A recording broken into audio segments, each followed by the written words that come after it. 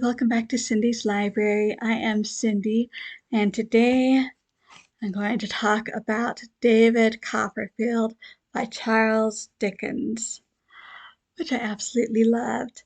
Now, this is a reread for me. I did read it my senior year in high school. Did I remember anything from it? Besides the name of the main character, David Copperfield, which is kind of obvious since it's in the title, not a whole lot. But David Copperfield is only confirming me in loving Dickens. I am 2 for 2 in Dickens novels, so that is wonderful. And of course, A Christmas Carol I've loved for years. So anyway, David Copperfield, um, first person in tone. Not sure exactly how old David is supposed to be when he's writing this down, but he's supposed to be an older man, married with children.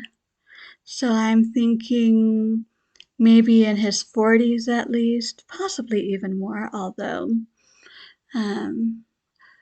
that part is debatable. He certainly has plenty of perspective to be able to look back at his past self and say, "Oh, you sweet young thing, how innocent and naive you were back then."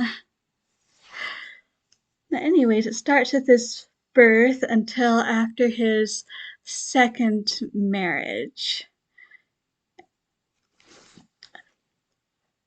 So, yeah,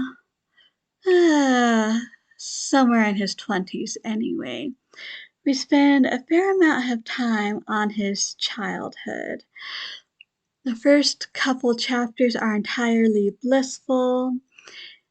He is born. Sadly, his father's already dead, but his mother and the chief servant, Peggotty, absolutely adore him. His great aunt, not so much, but fortunately that doesn't stay the case forever.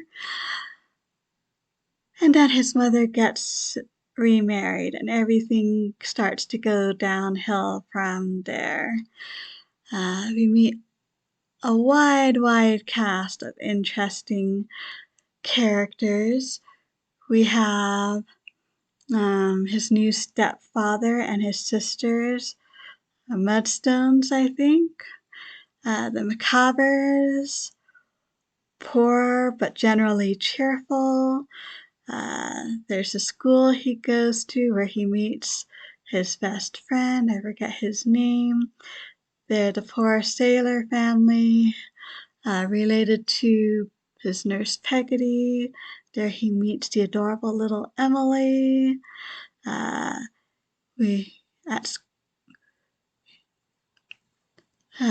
next school he goes to, he boards and meets Agnes, and there's a guy named Uriah Heep who works for her father,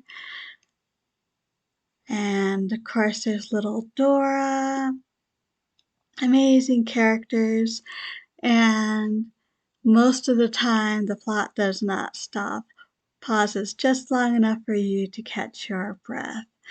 The highs are high, the lows are low.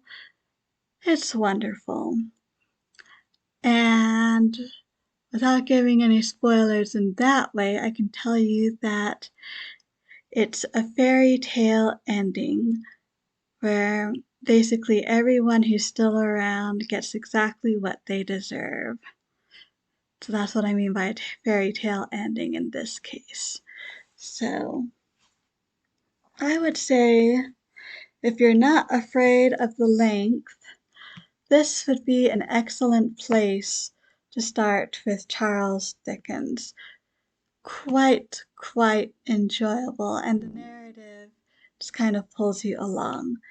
And apparently, this novel is about as autobiographical as Dickens ever got. So that's an interesting thing as well for this. So, have you guys read David Copperfield before? If so, what did you think about it? I'd love to hear below in the comments. So, I think that is all for today. Thank you so much for stopping by. I truly do appreciate it. And so until next time, I hope we all stay safe and healthy. And as always, happy reading.